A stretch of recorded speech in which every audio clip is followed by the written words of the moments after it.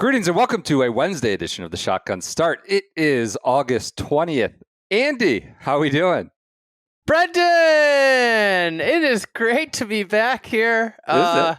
I am battling some adversity. I feel like everything that could go against me the last 48 hours is going against me, all the way down to my daughter spilling apple juice on my keyboard on the plane. Like, the worst thing you could spill on anything. I was going to say, as far as beverages go, I think that's like got to be number one. There may be something as bad, but I'm not sure there's anything worse.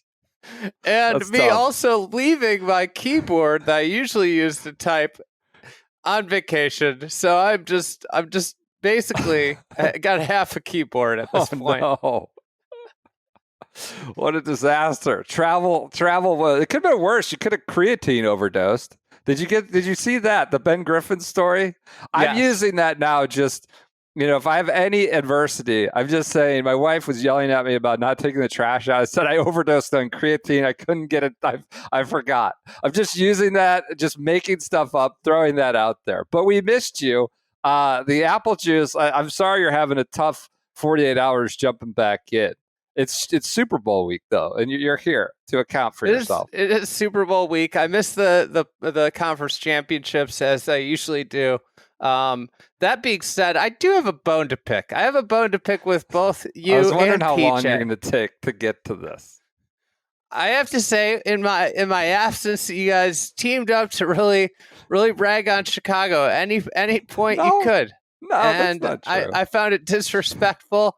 And I got a lot of texts from ardent supporters. I'm sure. Who said, "I cannot believe what they're doing in your absence. They're just tap dancing all over your grave, effectively." The Chicago Ticks need an apology.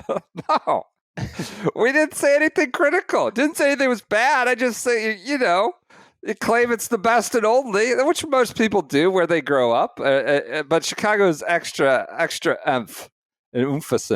emphasis around being provincial. About this is the best and the only. I don't think we ever said anything's bad. I think PJ did go at the pizza, maybe. I did say the pizza was bad. I stand by that. But what pizza? Which pizza? The deep dish? The deep dish. Oh, yeah. Have you ever had tavern style? Here we go. I don't know that I have, but I've had. See, this I've is had the problem. You're missing. You're missing the actual real Chicago pizza. The pizza that the people of Chicago eat regularly. Deep dish. So is you kind don't of you don't even eat your own pizza, is what I'm hearing. Well, you also agree. We eat both. But I went back. I didn't have any deep dish. I had tavern style. Did you have bagels? It's the best. How are your bagels? No. Chicago's not a bagel place. So I heard you could get good bagels anywhere, though. You can. That's what I heard. I'm sure there's a great, specialty bagel shop somewhere and wherever, Lincoln Park or Loop this or whatever they call it, different places. I'm sure there is. But that was my point. We're good to have you what back. I did do? What? I spent a lot of time in one of the Great Lakes and on the beach, and it was delightful. I'm happy for you. Did some boating? Were you a boat boy out there? A little bit. Right. Little bit of boating. Did you watch a lot of Caves Valley, Western Open? Did you watch a lot of that? You know what I was locked into was What? the USAM. Yeah, it's good. Good PM viewing, right? You probably got, you come back from the boat or the lake and your daughter goes to sleep or, dinner. Yeah, probably good viewing. My wife was like, aren't you on vacation? And I'm like, yeah, I'm enjoying watching this. This is, what you do on vacation. Yeah. Is you do things you enjoy. And I'm enjoying following this. That was awesome. It was I found myself thoroughly captivated by many things. And I think some of it I was wishing I could have been there on the ground covering it, but I think I walked away from it more excited about future events at Olympic Club, just in general. I think that golf course is such a unique test. It's just completely different than anything you see anywhere else in the world of golf, just from like the severity of the terrain, and then also just the natural rollback is wonderful. You saw those young guns on Sunday just starting to let loose and hammer drivers, and they're going like 20 yards further than they were at the rest of the week when they were, engulfed in fog. But I think that's part of the allure of Olympic Club, is just the natural elements from the land that you have to battle across that, all the way to the ball just not going as far. So yeah, that was a awesome tournament. Obviously, the Niall Donegan story was really cool. But yeah, the week off was delightful. It was I didn't mean to miss Sunday, but that was you got a flight delay. You had Apple Juice Gate, you had flight delays, and so you were well excused. My Sunday. daughter. She was a trooper through the flight. Yeah. We just were sitting on the plane for like a couple hours. Oh no, that's always the worst. And like it's just like you don't have the food. Like we had a lot of food for like a long flight, but like you're then spanning multiple meals. Yes. Yes. And she just like kind of was melting down coming off the flight, and she just got off, and this woman walked by, and it's like, "Don't worry, honey. This is how everybody feels after that flight." Pretty good. Yeah, it was a bad situation. So excited to be back. I saw some crazy story recently, to continue to be off track here, of like some really long flight that had a crazy delay on the tarmac, and it set the record for like most time spent in a single plane, like one metal tube. It was like 30 plus hours. It was some crazy length of flight. It was in the last month or so. And they got stuck on the tarmac. Then they had like 19 hours worth of travel and layover or something like that, or emergency landings, like 20 some hours, 30 hours in one plane. That would be the ultimate nightmare. I typically find myself as a defender of O'Hare. Of course, it's Chicago. You're provincial. Of course you do. I had pretty awful experience at O'Hare over the last few weeks. Here we go. I had a flight that landed an hour early. Okay. On the ground an hour before we were supposed to arrive. We got off the plane 40 minutes late. No. Just gate troubles? No available gate? Yeah. Like, we had this one. And we got delayed getting on the plane. And of course, it's like we're waiting for a flight attendant. I get it. But like in the meantime, then they discover we need some parts.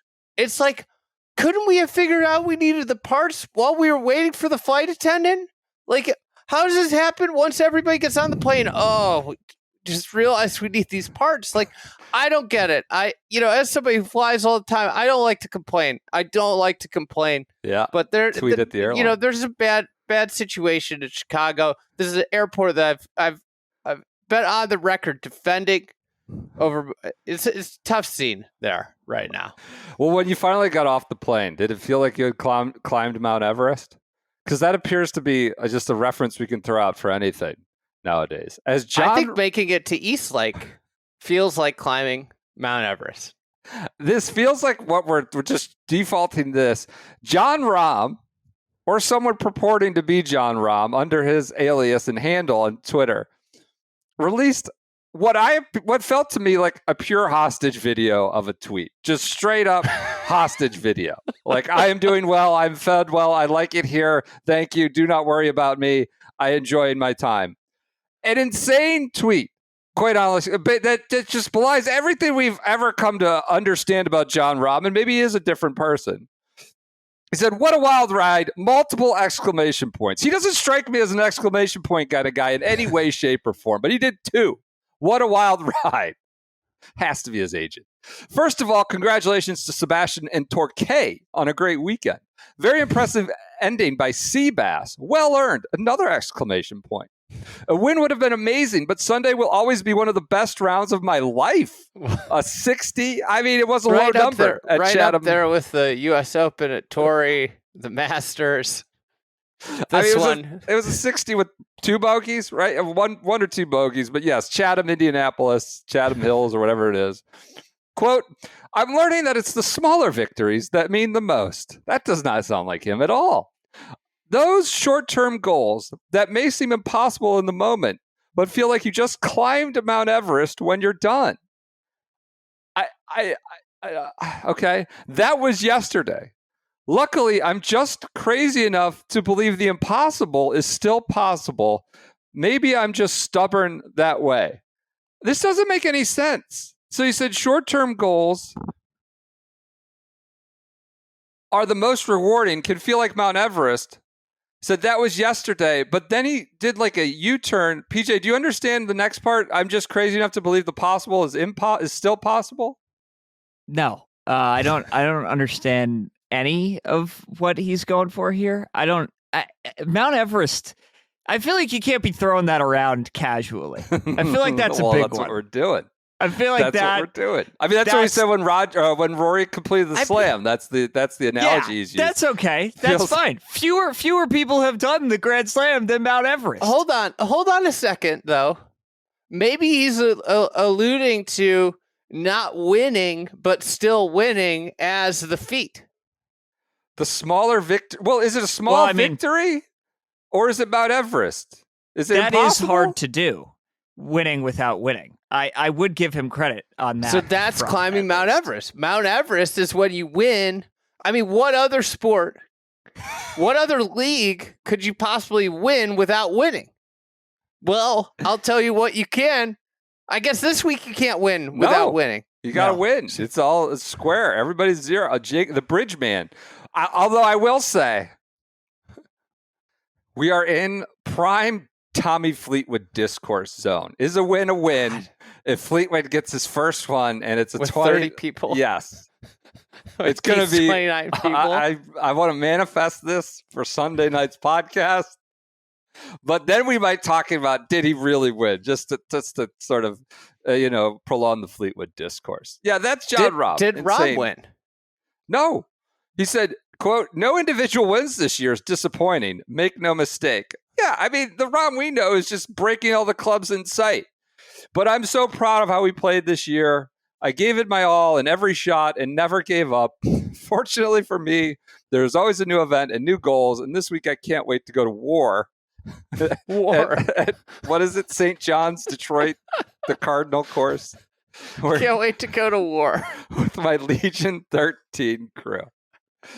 Well, do you think Caleb Surratt's going to be doing Caleb Surratt things in the body of War? I don't know. How's Caleb Surratt going to transfer there? Anyways, that just tickled me on Monday evening when that came across. I put the percentages of him writing that at like 10%. No way.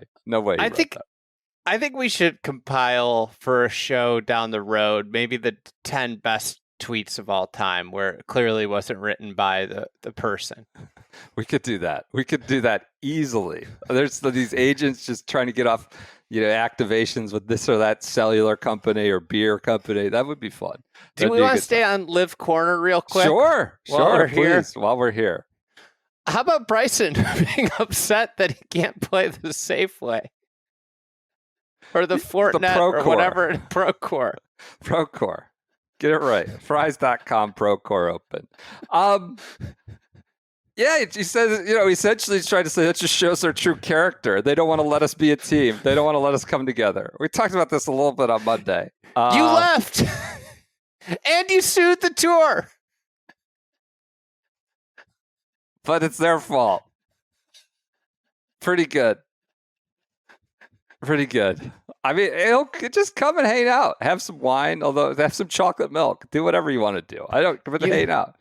You know what climbing Mount Everest is? What? Playing on the Ryder Cup, U.S. Ryder Cup team without playing the Procore.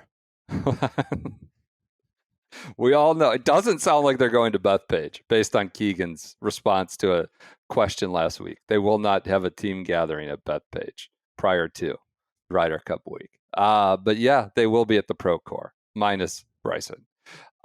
This week we're in Atlanta, Hotlanta, as it's called. We're going to Eastlake for the Tour. Pretty cool for this time of year for Atlanta.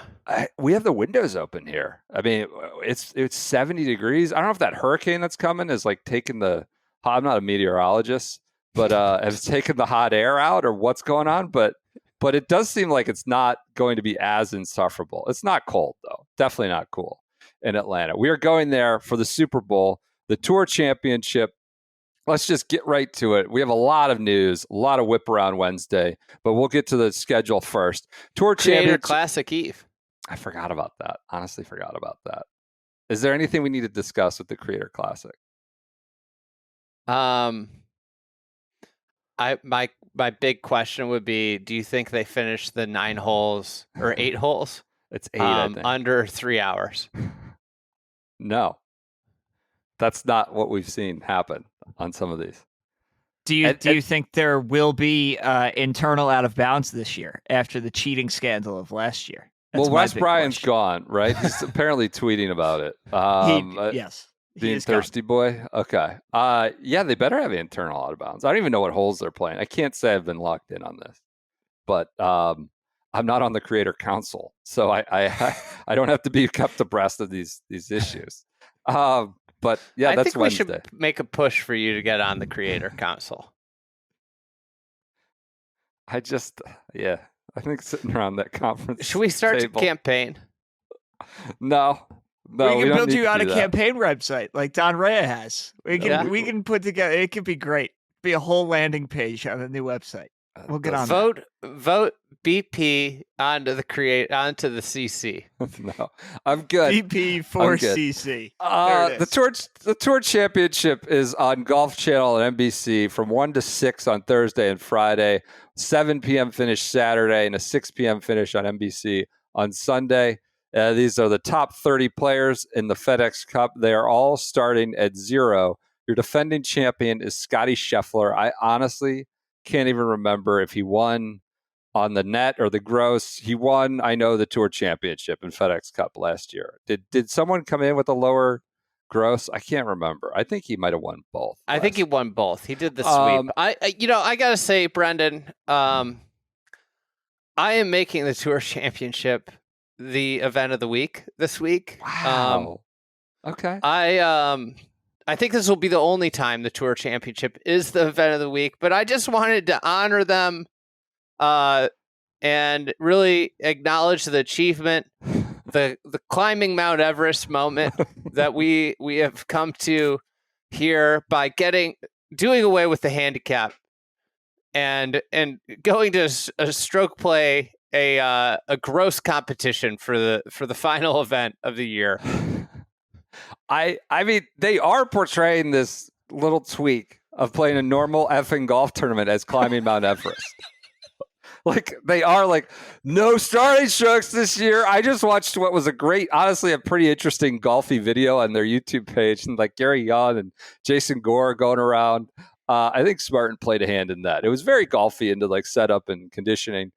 And the Tour doesn't do a lot of golfy stuff. They do, nonsense. But yeah, they're like, well, no starting strokes this year. This is going to change the way that everything plays. And they've got this ad of straight up now tell me, where everyone's like, oh, no more handicap. It is like they've climbed Mount Everest by making this small tweak. So we're all at 0, and it's enough for you to make an event of the week.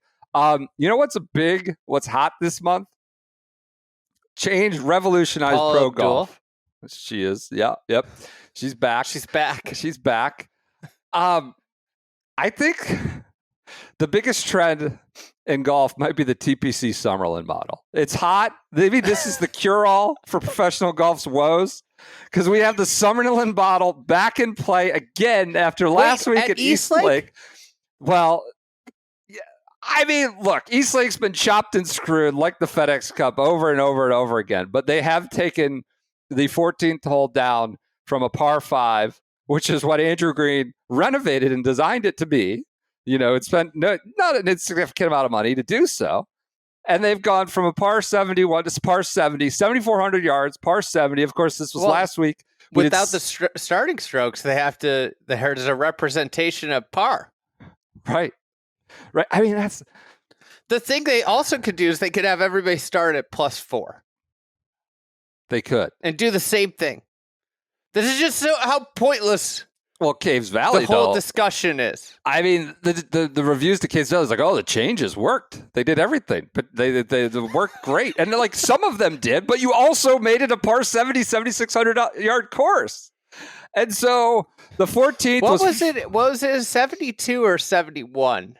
The last time it was there. Caves? Caves. 72. It was not short, I don't think. They were just, it was soft and, par 72. Oh, you mean par 72? I think it was 72. Yeah. 72, yeah. I believe so. 72. They did a double Yes, Summerlin. They did a double. Yes, a double Summerlin.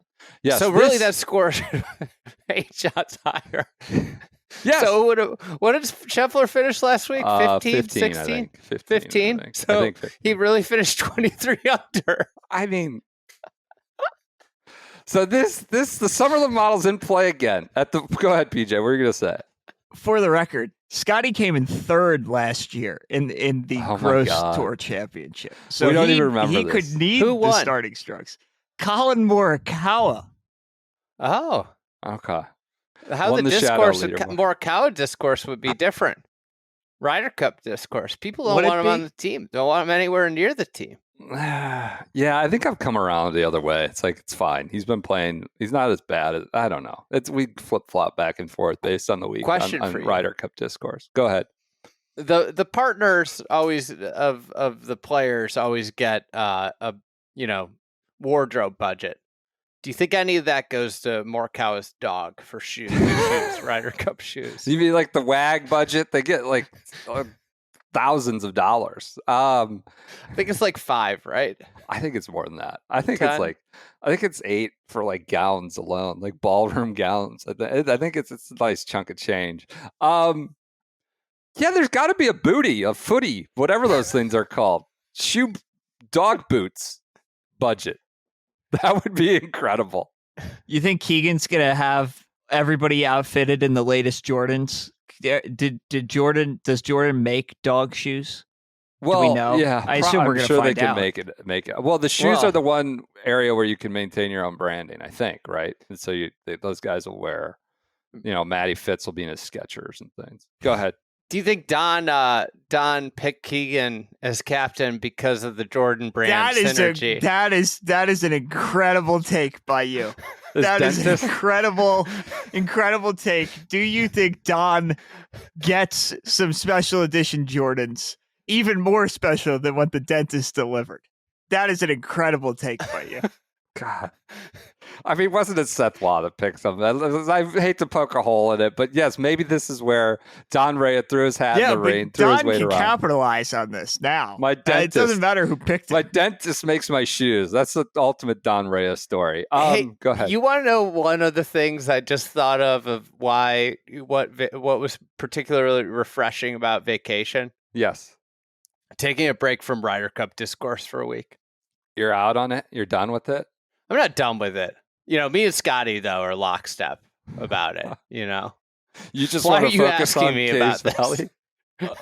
Why are you asking me about Ryder Cup? We're weeks away. Yeah, we're going to get some finality after the Tour Championship. Did you see Rasmus might get in as a sixth auto qualifier, which essentially locks in the roster? Boots out H Hall, Airy Hall. Yeah, I don't know. I guess we've been neglecting that as we've been, banging the drum of the Lads Club controversy.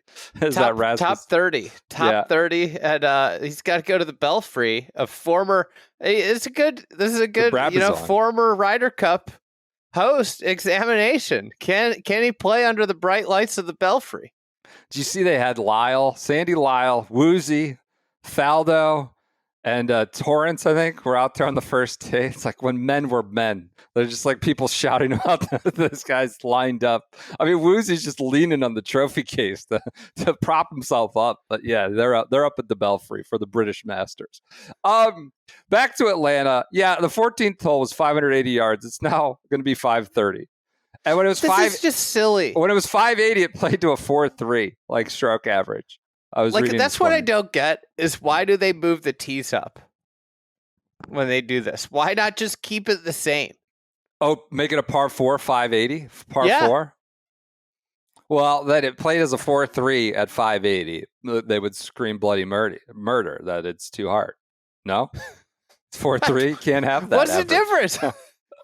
By the way, between the small sample size of players and this short of the misadventure of the starting strokes years, shadow leaderboard, like data, trends, course, like basically their own tour championship history is just like an indiscernible stew. Nobody knows. I mean, we just had to be reminded of who won the gross. We had no idea. And so, yeah, if you're like, I shouldn't even cite stroke averages maybe for a hole based on the amount of players. Is it going to be this year, wherever you finish in this event, is your final FedEx Cup position? Yes. Yes. So Scotty could have like a, get the case of the yips.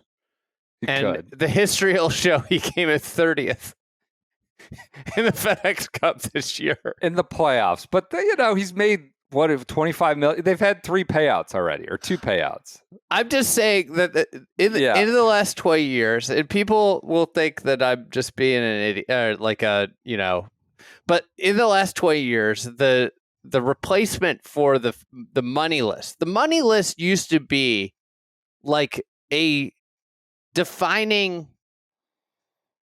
statistic for how good your year was. It was almost like a win-loss record in another sport.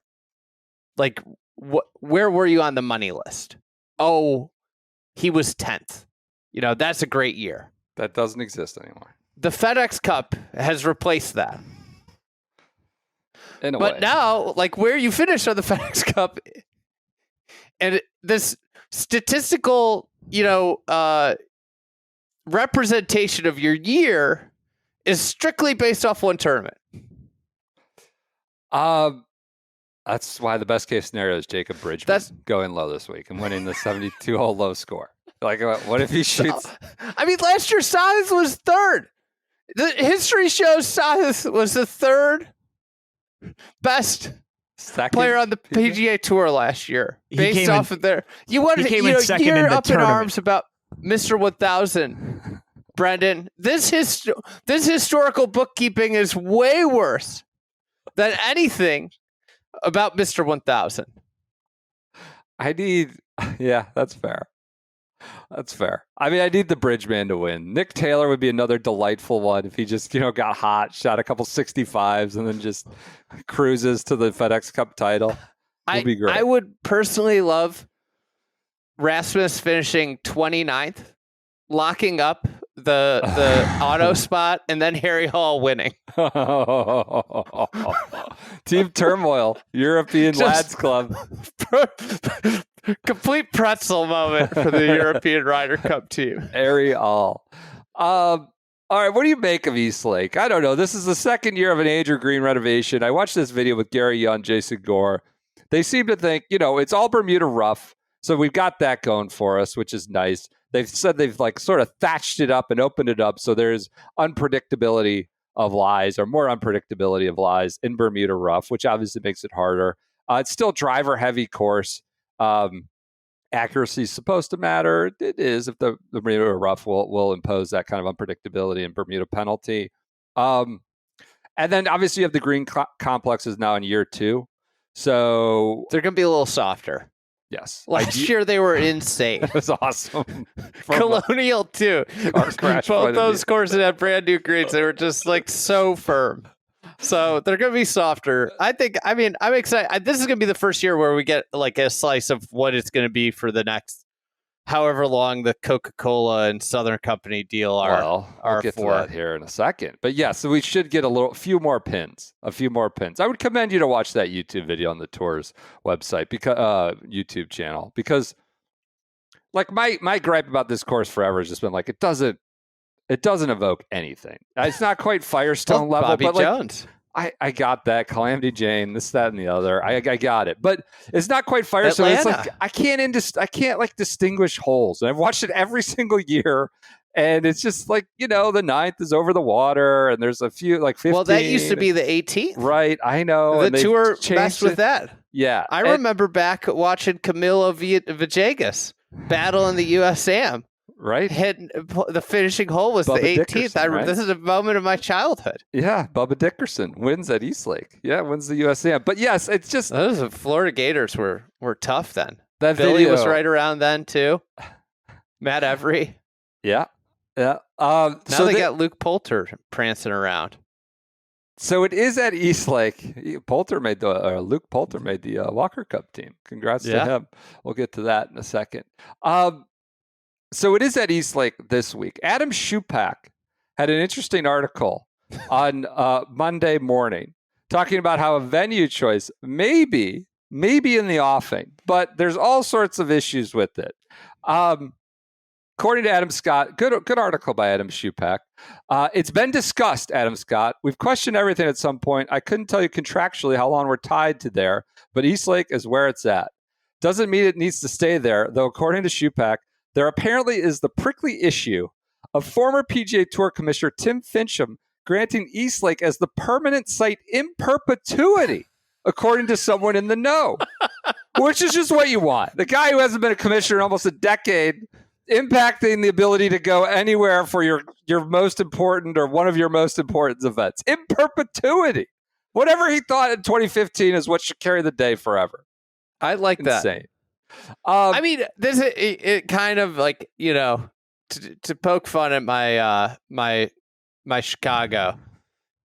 The Finchem decision to put this in perpetuity is very similar to the Chicago administration selling the parking meters, right? Yeah, for $1 billion. I think it was $1 billion, and the actual value is in the hundreds of billions of dollars. But like it's just a horrendous long-term plan, like a decision that could have been avoided. But this speaks to the tour just being mangled in a million different ways, that this Finchem can affect anything in the future of what they choose to do.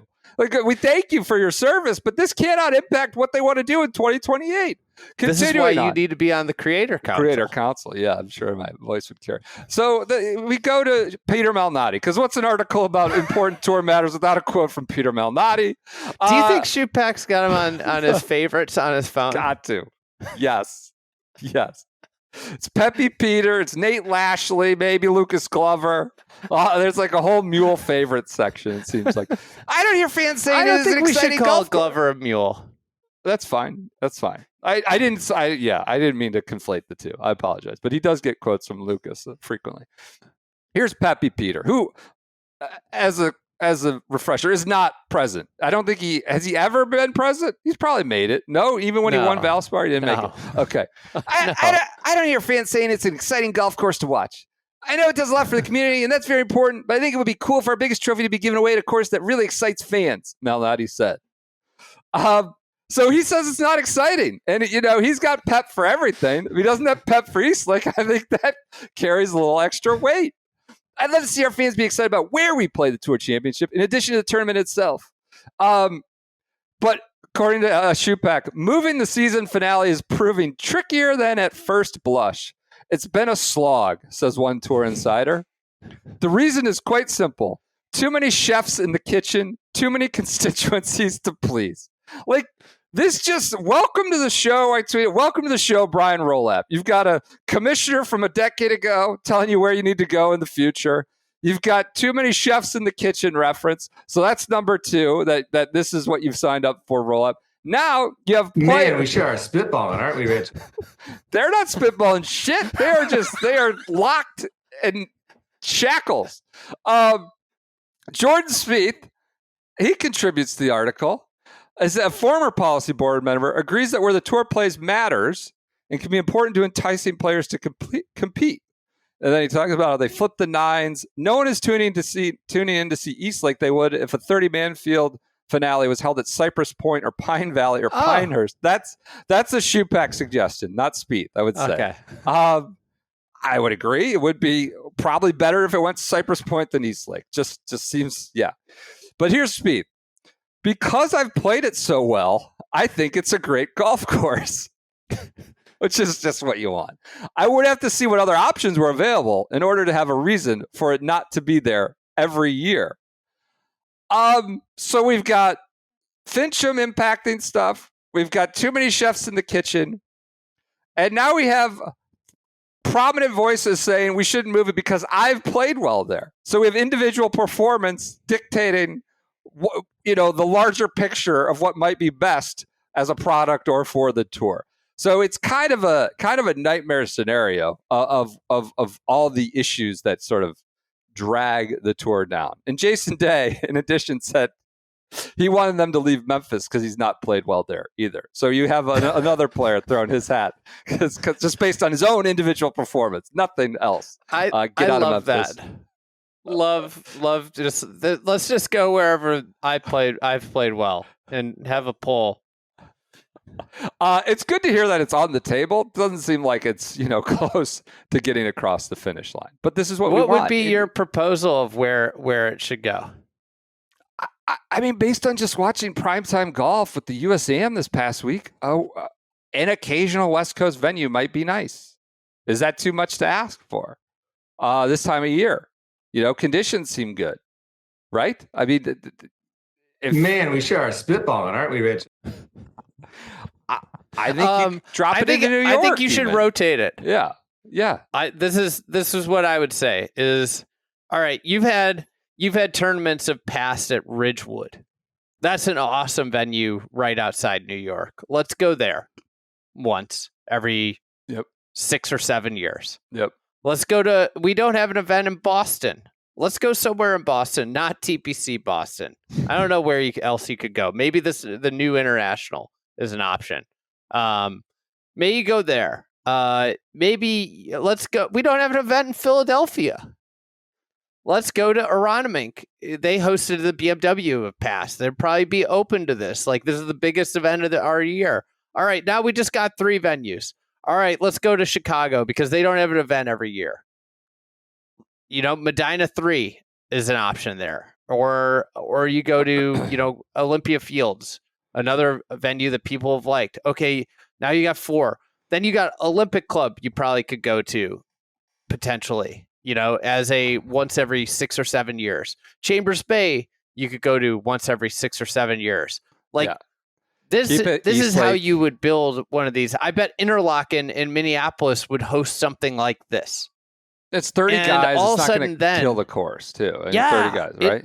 It's the 30 best players in the world. This is something that clubs would want to host, not every year, but every so often, because this is the Super Bowl of golf. Well, I don't want to call it that, but the two of the majors rotate, and that's part of the deal. It's like bringing the big show to town. And maybe it elevates it in a way. Like Chicago gets really into having this 30-man party once every 7 years or something. I think it probably elevates. And you could have it at once every 7 years. It gets to host the Western Open or the BMW Championship, the event that used to be there every year. That's on the schedule next year for Bell Reef Country Club. Schedule out today. Let's put a bow on East Lake. Do we have picks for the week? Scotty is a 2-1 favorite. I think even less than 2-1. Under less than 2-1. There's a 1.5, 150, 140, 150, somewhere in there. Kind of nuts, but 29 other guys. Scotty being Scotty. Teddy's back, so he does have Teddy back. It's more importantly, the chaplain is not back. That's because we've seen he can win without Teddy. He can't win with the chaplain. Yeah, Scotty is like. I mean, he's getting to be needle territory. We've got Mahomes tweeting, LeBron tweeting. He got mentioned in Trump-Zelensky talks. Scotty's just, peace talks. Scotty Scheffler becoming a needle mover. With or without LeBron? LeBron was out playing golf in Ojai, California. I saw that. Ojai Valley Inn. You might have to start liking him more and more. He's becoming a golf guy.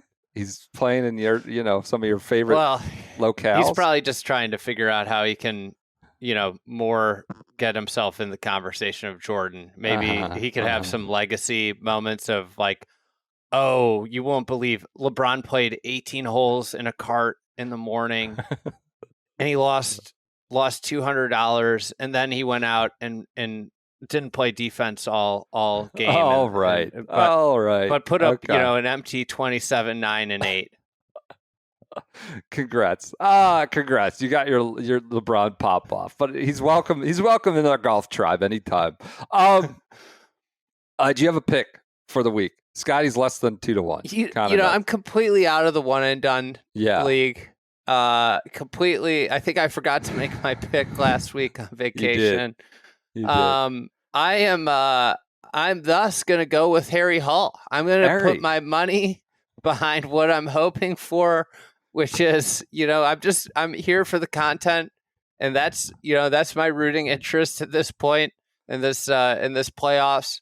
I'm here for the Rasmus Højgaard T29, and then the Harry Hall W. I'm taking and the then Bridge we see man. who gets booted, because that's the thing. Who's out would be fascinating to watch. Maybe that's a good rider. Who would you not pick if that happened? I mean, what if Harry Hall doesn't make it? Like, he wins the Tour Championship, FedEx Cup. He would be on the team. Fitz probably gets left at home, I think. But then that's what happened. Shane Lowry. What if it's the man that climbed Mount Everest? It's not. It's not going to be John Rahm, Tyrrell. They're going to be there. Would you describe if Harry Hall wins the FedEx Cup as climbing a climbing Mount Everest moment? His own personal Everest, sure, but relative to Harry Hall, fine. Yeah. I was watching the telecast on Sunday. Absolute How do you feel about the anecdote that they dropped that Harry Hall just spends hours practicing aim pointing, not hitting putts? Watched it up close. Like 5 feet away with my kids. I think we were distracting Did they ask what was going on? Yeah. They're like, what's he doing? He doesn't even have a ball out. He has the level. He puts a level on the green. He's got like a little backpack of stuff. But yeah, he practices aim pointing. I suppose that's a skill, right? To hone. It clearly is. You're going Harry Hall. I'm going Bridgeman, just to kind of double down on the Tour Super Bowl storyline. These are great picks. PJ, do you have a serious pick? Come on, round it out. Hall, Bridgeman, give us a Nick Taylor. Give us somebody like that. Harmon, who do you like? I almost went Cameron Young. That would be the bow on top of everything. I think then they would have no choice but to take Cameron Young for the Ryder Cup team if that happened. So I am rooting for that. I mean, I've already used him in one and done, but I think the Tommy Fleetwood discourse would be incredible content. So I'll throw Tommy Ladd out there. Right. So we seem to be motivated by anything but like who we think might actually play well, and all these other dramas and storylines between Bridgeman, Fleetwood, and Ariel. You know what's going to happen? What? Yeah. I mean, yeah. He's going to win. Yeah, convince obviously. Me he's not. I think he's going to win. I think he'll win. I'll tell you why he's not. You haven't seen anything until you see Russ Henley, number 4 in the world, barreling down in his home state of Georgia on a Sunday. Okay. Scotty hasn't had to face that kind of pressure. We'll see. Would Russ do that to his Ryder Cup partner? That's trouble in paradise a month out early here. That was left out of the recent Fried Egg Bones interview because we had technical difficulties. What? Bones had a great answer to. I asked him a question about some pairings. He just was talking about how great the Russell Henley Scheffler pairing is.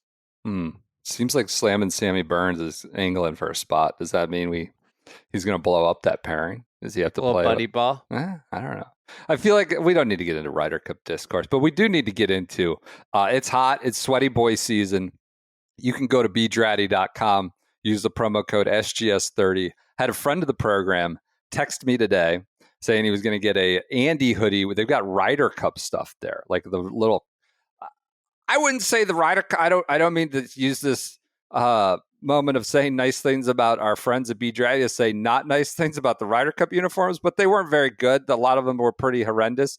But bedratty.com has their own Ryder Cup stuff. Some of them with just the trophy on it, right? I think that's real classy. They've also got the crest if you want to be, a booster of a certain side. But they were going to get an Andy hoodie with the just the trophy logo. I said, use that SGS30 code. So he was getting that, and that'll get you 30% off in the when you check out. He's thinking ahead, I guess, to fall. If you are in the throes, like LeBron, of playing summer golf, you can go to get your cool Glazer polo. That's the one I would suggest if you're sweaty and you're hot. It's got the cool fabric that literally has material and dynamics that cool. They cool the skin. Like, no BS. I'm not going to suggest it makes you feel like you were dropped in an ice box, but it's better than putting on something without the cool fabric. The cool Glazer polo is a moneymaker. I wore that twice during the heat and humidity of two different shirts, I should say. Not the same shirt, of Caves Valley. Cool Glazer is what I'd recommend. One of my favorites, I wore this playing golf in Texas in June, is the Willie hoodie. Got it on You get the sun, you basically get the sun sleeves built in, and it's a good one for the heat. Underrated one for the heat. I'll tell you what, you wear a cool polo under it, and then you wear this, you get the best of both worlds. Go to bdratty.com. Use that promo code SGS30. It gets you 30% off. All right, we've done the Tour Championship. Although Azinger, we're very excited. Azinger's getting the Payne Stewart Award. So we'll lead off the week with that. I know you're happy about Azinger getting in that mix. I just have some questions. He's like a retired, whatever. Oh, yeah. You're pulling up. What are you're questioning the worthiness of the Payne Stewart Award? I'm just gonna leave it there. I just would like to understand what went into his selection, other than I get that he was best friends with Payne Stewart. I guess if they probably wanted to give him this award before he died. Well, I would hope they've got a lot of time. He's running out of time. To sign off. Just saying, too often awards go to people after they pass. Fair. This was an example of I don't understand what the award is if Zinger's getting it. Why did you say that? He might have 2 more decades with us. I know that he has a lot of time. I don't understand. What did he do this year? He's been more out of golf than ever before. He's building a private club. Excuse me. He's sitting there with Bob Papa on sometimes weekends. He's building a private club. He's building a private club. I don't understand what. I think it's like a good guy award. I don't think it means you're Mother Teresa. Or you split the atom. I think it just means you're a good guy. And again, we love Zinger. So last year was Sneds, Gary Koch, Justin Rose, Zach has won it. I wouldn't suggest, Zach in the last few years has revealed himself to maybe not be he's a prickly fella. So yeah, I think it's just a good guy award. Anyways, I'm happy for Zinger. Go ahead.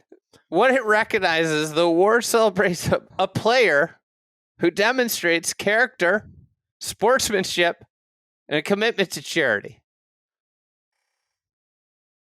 I'm struggling. Oh my here. God! What sportsmanship has Zinger showcased in the last year when he hasn't been playing golf? I think it's your career, your life. Okay, so it's just yeah, it's literally just.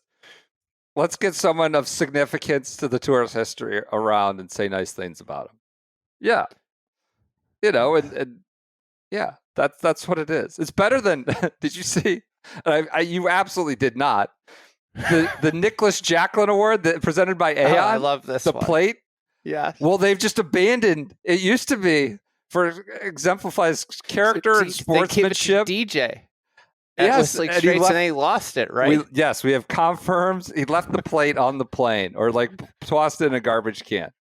That was the inaugural Nicholas Jacklin Award. So this is because of the whatever it is, the concession, right? They're both good fellas. Let's celebrate this win together. They've apparently changed that to just say who made the best decisions because it's sponsored by Aon. So the whole notion of this concession and being a good sportsman is now it's the player who makes better decisions on and off the course will take home the coveted honor. How are they measuring the off-course decisions? You didn't, have an affair during the Ryder Cup week? What are the off-course decisions they're auditing to give away the better decisions on and off the course? That's the new Nicholas Jacklin Award. No longer about sportsmanship for the concession. I think awards. it could be Bryson if he goes to Napa and doesn't play. There we go. There we go. So Payne Stewart Award, Nicholas Jacklin Award. There we go. Or should it be John Rahm for climbing Mount Everest? Climbing Mount Everest. God, we are all over the place. Continuing on with our schedule for the week, we have the Tour Championship. We got that out of the way. We have the CPKC Women's Open at Mississauga Golf and Country Club in Mississauga, Ontario. I think it's Mississauga. Mississauga. Yeah, I shortened the syllable there. I just wasn't going to get that right no matter what. This is coffee golf. I don't know why. Just that's where they fit them in on Thursday, Friday, 9 to 12. Then 4:30 to 7 on Saturday with the CBS. So go to the network. So not NBC, Golf Channel, anything like CBS finish on Sunday. This is the premier event in Canada for the women. The defending champ is Lauren Coughlin. Notables are Brooke Henderson, Jin Yun Ko, Lydia Ko, Nelly Korda, Maya Stark, Gino Titicul, Lilia Vu, Lottie Woad. So everybody's there. Not a lot of players played in Portland last week, but everybody's there. In Ontario, the purse is $2.75 million. In Canada, on the Champions Tour, we have the Ally Challenge at Warwick Hills in Grand Blanc, Michigan. The Tiger There we Zone. go. The former Buick Open. Credit Tiger with winning, 25 Ally Challenges. You never know with the Tour history. They may say that on the broadcast. This is on tape delay Friday, 7 to 9, 2:30 to 4:30 Saturday, and 1:30 to 4:30 on Golf Channel Sunday. Anything on the Ally Channel. Notables are Alker, Bjorn, Cabrera, Stu Sink, Els, Gallagher, Stephen Gallagher. Is he just turned 50? Podrick Harrington, Bernhard, David Toms. Purse is $2.2 million up there in Michigan. The Ally Challenge. PJ, anything of note we need to pay attention to here? As I mentioned on Monday, Tommy Gainey gets in off a top 10 in Calgary. So still on the quest for Mr. Two Gloves to make an impact early on in his Champions Tour career here. I feel like he could be the thing that ends the Champions Tour. Just what do you mean? We don't need this anymore? If he becomes a dominant figure, I think that could be the final nail in the coffin. And so that's kind of what I'm rooting for. I'm rooting for a Tommy Gainey run. I want the Solicitor General to just be running free on the Champions Tour. Just posting like 63s all over these guys. Remember the flashback we did on Gainey pre-prostitution? Yeah. Yeah. About how he was like wrapping air conditioning ducts or something in Colombia. Incredible story. Yeah, it's amazing. It's an amazing story. He was working in that one factory. Yes. We should find that and replay it for maybe Friday. Continuing on the DP World Tour, we have the Betfred British Masters at the Belfry, Sutton Coldfield, England. $3.5 million. Defending champion. I think it's the Betfred British Masters presented by Sir Nick Faldo. Defending champion is Nicholas Norgard. Notables in the field are MJ Defee. How did he get notable? Luke Donald, Nikolai Højgaard, Rasmus Højgaard, Houghton Lee, Patrick Rogers going abroad to get some points. Brant Snedeker and Matt Wallace. They are at the Belfry. This is tape delayed. 7 to 12 though on Saturday. Some coffee golf, and 7 to 11 on Sunday for your British Masters on the DP World Tour. Then last but not least, we have the U.S. Senior Women's Open, the USGA, one of their last few remaining championships for the summer. Of course, the Walker Cup Mid-Am still coming. The purse is $1,180,000 to the winner. Defending champ is Lita Lindley. Notables, Amy Alcott, Lori Davies, Pat Hurst, Julie Inkster, Rosie Jones, Lindley, the defending champ, Maria McBride, Liselette Newman, Annika Sorenstam, Hollis Stacy, and Kari Webb. Annika, her husband tweeted a selfie of them flying to San Diego. She's in coach on a commercial airliner. I just feel like Annika should at least bump up to the front of the plane. I don't know. I just thought that was interesting. But she's off the celebrity circuit. She's from Edgewood, Tahoe, back into competitive golf, looking for a Senior Women's Open. Sad. This is the first U.S. Senior Women's Open without Joanne Carner. Big Mama. She said she's just lost too much distance. right? Yeah. Not going to play. Not 86 years. 86 years old. Calling it quits. First one. She cited bad habits for. I saw that. It's like, what, was that too many menthols or too many 100s? What does that even mean? Bad habits. Unfortunately, I think that's going to take away a lot of the social catnip of the U.S. Senior Women's Opens. Not relied upon, but just been gifted the last few years. Is just the screenshots and you won't believe what this 80 insert age year old shot this week. She's been incredible. Yeah, absolutely astounding. This is a cool tournament. I went to the first one. I loved it. This is honestly a fun tournament to watch. This is San Diego Country Club goes under the knife shortly after it from Brian Schneider. That should be actually a really exciting project. Interesting project. Yeah. Get some good, more classic golf down in that portion of the country. That is, did I say what time that was on? That'll be on Peacock and Golf Channel, tape delayed at night on Saturday and Sunday. That's your schedule for the week. The schedule for next year is out. PGA Tour has released it.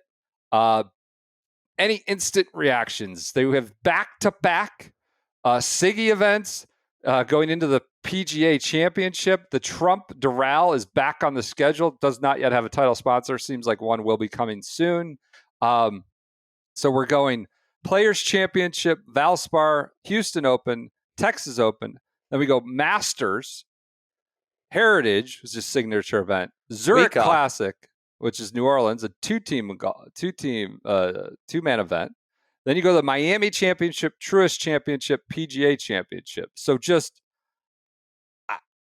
like basically from the Masters through the PGA, if you're a mule or a rookie, you can play like the One Flight Myrtle Beach Classic.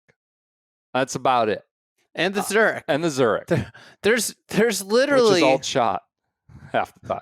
There's one stroke play event that you could get into from the individual stroke play event from the Masters through the PGA if you're like a rookie. Yeah. Yep.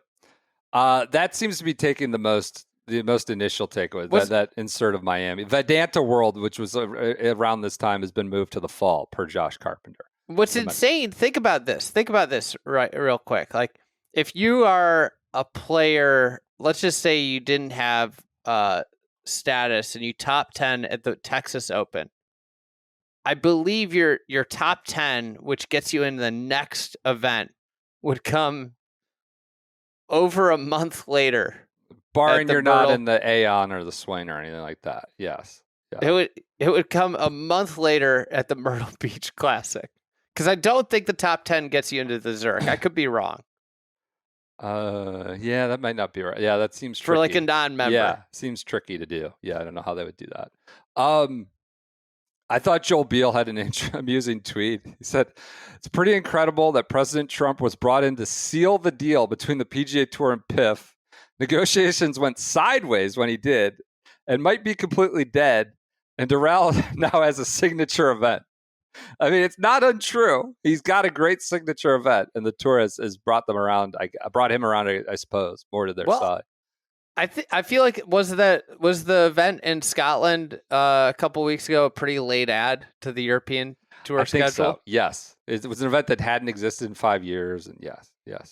I would just suggest that this was a very concerted effort to get the president's courses onto schedules, and I would just speculate that the Scotland trip was like the Scotland one was like the easy quick treat that they gave the dog, and the Miami one was they went out to the store and got a bone. Yeah. That's fair. That's fair. No other major takeaways from the schedule. Because I think that was a big thing that he wanted for his help. Mm-hmm. But the deal is dead. I mean, more or less. But he's got his bone. The playoffs are going Memphis, St. Louis, Atlanta, Southwind, Bellerive, East Lake, which It's not. Maryland was brutal. I'm not. Yeah, Dude, St. Louis is the worst place, maybe in the United States in August. Yeah, it's up there. It's up there. So those are your playoffs next year. I'm having flashbacks to the wedding that I went to in August in St. Louis a couple years ago. Oh, you're probably drinking. It's probably just for a wedding. It was like outside. That? Oh God, yeah, that's tough. That's a tough scene. It's a major year for CBS. I hope my friend's not listening to the podcast. CBS Hall, they've got the playoffs. They've obviously got the Masters, the PGA, Scottish. Probably the biggest year ever for CBS. It's the most recent one. Ratings continue to skyrocket. Those are my initial schedule reactions. By the way, we got a lot of feedback about Kapalua. You have not listened to Monday's episode yet due to Apple Juice and all your other travel. Kapalua got a lot of feedback that it is just totally baked out, and they have no potable water being allowed to use, baked out. I had one conspiracy. I saw a tweet about this. Theorist suggests like the Tour Championship management has lost millions on this event, like consistently, and they could use this as a way to get out of Hawaii. The most likely, it's going to winter will come and there'll be wet season and they'll probably green up again. But yeah, there is some merit to, Kapalua is very brown right now and people are worried out there that the Tour might not go there or use it as a reason to get out of there. So, but 99% chance it's going to be played there. Just a lot of feedback from that unsubstantiated rumor on Monday. That's scheduled for the week. And news, anything else? I mean, we got Walker Cup rosters. We talk about that on Friday. Roll-App is going to talk tomorrow. Oh boy! At the PGA at the Tour. I don't know if it's a little roundtable deal, but he's supposed to talk tomorrow. I don't know if Jay is. TBD. Man, we sure are spitballing, aren't we, Rich? TBD. Do you think Roll-App's going to be really into the Creator Classic? I don't know what he's into. He might honestly not care about golf at all in any way, shape, or form. I could be wrong. I'm not saying it's a bad thing. He just might be there to deploy capital and figure out the best sports product. So no, I'm not sure he'll be into the Creator Classic. We'll do Walker Cup on Friday. Live Michigan on Friday. Skechers has been named title sponsor of the World Champions Cup. PJ, I want to hear more about the World Champions Cup on Friday. Anything else? Joe Flacco is the Browns starter, been named the Browns starter. So we got a lot of news happening. We'll do a How about Caleb? What about him? Looking good? Big preseason. I gotta say, God, I was listening to the Sando Tears pod. It wasn't kind to Caleb. You know what? I've watched a lot of bad offenses. And I know that the Bills had no starters in. One defensive starter in. But I've never seen a Bears offense look so good. Like even in situations where the other team's got nobody. I can't wait. I cannot wait. This is the most enthusiastic maybe I've ever been as a Bears fan about our situation. Are you coming around on who's the Packers coach? God, he's blanking on it. The short guy. Yeah. Wearing a Lasonia Lynx hat? Is he currying favor with you? Are you becoming a fan? I saw that photo. Got sent around to a lot of Bears fans. And it was a Jeff Bezos situation when the worst person you know makes a great point. Good. We got a big weekend series weekday series with the Brewers, with the Brew Crew. I saw that. They're running away with it. Running away with the division. Bad vibes around the Cubs right now. That's tough. Feel bad for you. All right. On a scale of enthusiasm, really quick, before it tees off. What's your enthusiasm for the Tour Championship? 1 to 10. If it's the Bears offense is 10 right now, where are you for the East Lake Tour Championship? No starting strokes. 3, 4. Really? Okay. I just you're coming off vacation. You don't have a lot of interest in professional golf product right now. Well, I had this I had this takeaway this weekend of like, if pro golf just went away and I watched amateur golf all the time, would I really miss pro golf? Some weeks I think you would. On balance, like if the maybe tour not. didn't exist and it was just the majors.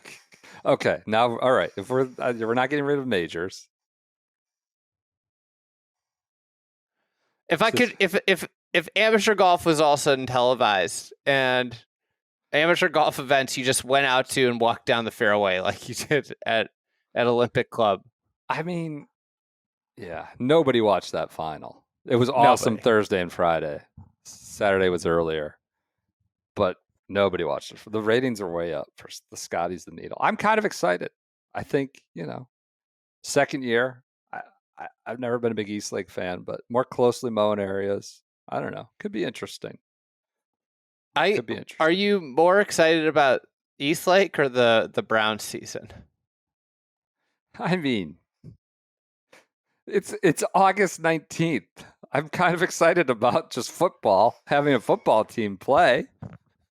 Now, by September 19th, that might not be the case, but yeah, I'm more excited about the Browns season. Flacco might get hot. Look out.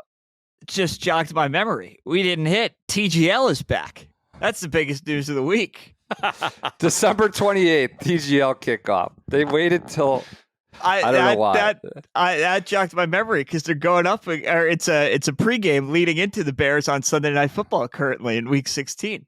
It's going to be a big day for this podcast. Should we go down there for December 28th? Tell my wife I'm leaving right after Christmas. Break. Kids are off. We just finished year review. Oh my God. We gotta go to West. I gotta fly across the country to go to the TGL. December 27th, 26th. I'm out. I mean, these players can't be happy about that. They gotta get. I think Billy's ready to go. It's Atlanta, New York. I think they got to get some of those Euros playing before they go to Dubai and stuff like that. They're trying to get some of that in. Do the January swing out there.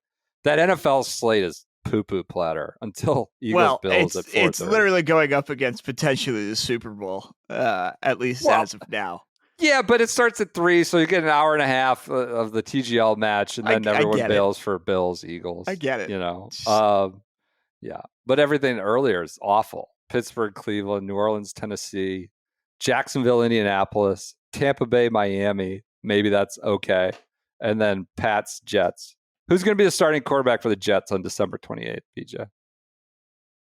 I would imagine it's probably Justin Fields. I don't think they're going to bench him even when he's bad. So I feel like Justin Fields is the safe bet there. 1 for 5 for 8 yards. The Justin Fields reckoning is coming.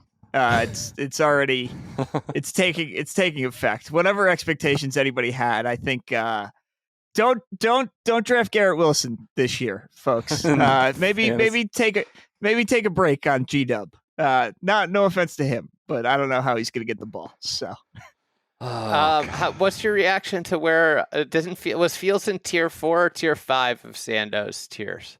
He was in tier 5, I think. He was down there with like AR-15, who's not even a quarterback anymore, and he was in that realm. It's not good. I mean, who's the backup? I don't care because Justin Fields is not the real quarterback of the Jets. Like, this is a 1 to 2 year issue for me. It's not like I have no personal connection to Justin Fields whatsoever. So I honestly don't really care.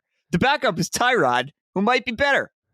You know what's amazing is the three of us are so conditioned to bad quarterback play, like so used to it. Like, my life has been essentially awful quarterbacks. Yeah. You saying like this isn't a problem, it's just a 2-year thing. If this happened to like a Green Bay Packers fan, oh my God. this would be like a nuclear bomb going off on Lambeau Stadium. It literally happened to the Steelers last year, and they were so done with it by week 5, they went to the corpse of Russell Wilson instead. It's just like there's certain charmed franchises in the last 40 years that just haven't had to deal with any of this. Like, but hearing you be like, you know what? It's just 2 years. What's another 18 months? Like, whatever. I mean, I look at this December 28th slate, and it's just like, this is exactly my entire life. I've like, the Pittsburgh would be in town. Everybody's home from school. We've won like 2 games. The stadium's half empty. It's just all drunks. If you're home from college, you go for free. And we're like maybe trying to win our 3rd game. This is exactly how it's going to be in 2025, and I'm 42. I'm going to be watching TGL by 3 o'clock. Browns Steelers on 28th. Kenny Pickett starting probably. Who knows what's happening? I just whatever. Anyway, and I have all this enthusiasm. All this enthusiasm is that we might have a somewhat competent NFL offense. Yeah, you're pumped. Yeah, you are in great shape here. Compared to what's going on over here. Yeah, but the stakes are higher for you, Andy. Yes. Like the disaster, like if it goes bad, the pain is more acute. But the thing I don't think people understand is if we're the 13th best offense in the NFL, it will be like, it'll be the greatest day of my life. I don't think I've ever seen the 13th best offense in the NFL in my life. That's good. Good. All right. This is early NFL corner. We got a couple more weeks till the regular season. Super Bowl golf, though, this week. We're moderately excited to ambivalent, it seems like. We'll Hey, be BP. back. Yeah. Is there any chance Jameis comes to the Browns, comes back? I mean, yeah. For sure. Non-zero chance. I mean, Joe Flacco is back as our week 1 starter. Like, yes, anything's possible. For sure. Jameis could be back by December. I don't know. I love how you haven't signed that 2nd round running back yet. What? I love how you haven't signed your 2nd round pick yet either. No. No. Oh, God. Keegan's passing out Ryder Cup tickets. God, those uniforms were interesting. We don't need to talk about that right now. Were you out there, PJ? You see that? Guys handing out tickets at Bethpage? Keegan? No, they were not out there jumping when we through were out there hoops last week. But they were, I think it's interesting that a guy who, playing for his Ryder Cup life, playing for his share of $25 million with 29 other players this week or whatever, just takes Monday off to go be on the Today Show and hand out some tickets at Bethpage Red. It's a good way to prepare. It's what he has to do. He's the captain. Yeah. Not his fault he qualified his for the contract. Tour Championship. I mean, he's good at golf this year. He made it to Atlanta. All right. John Rahm's contract stipulated saying they climb Mount Everest. Keegan's contract stipulated that he'd be at Bethpage Red on Tuesday. So I do want to talk Walker Cup. We'll do that on Friday. You're going to have some AM guests, Fried Egg Pod. Should we plug that real quick? You're going to we got the winner. The USAM a little bit. All right, good. I mean, I don't like to count it until it's in the barn. Yeah. Things come up, but the winner and in a mid-am. Yeah. Yep. Okay.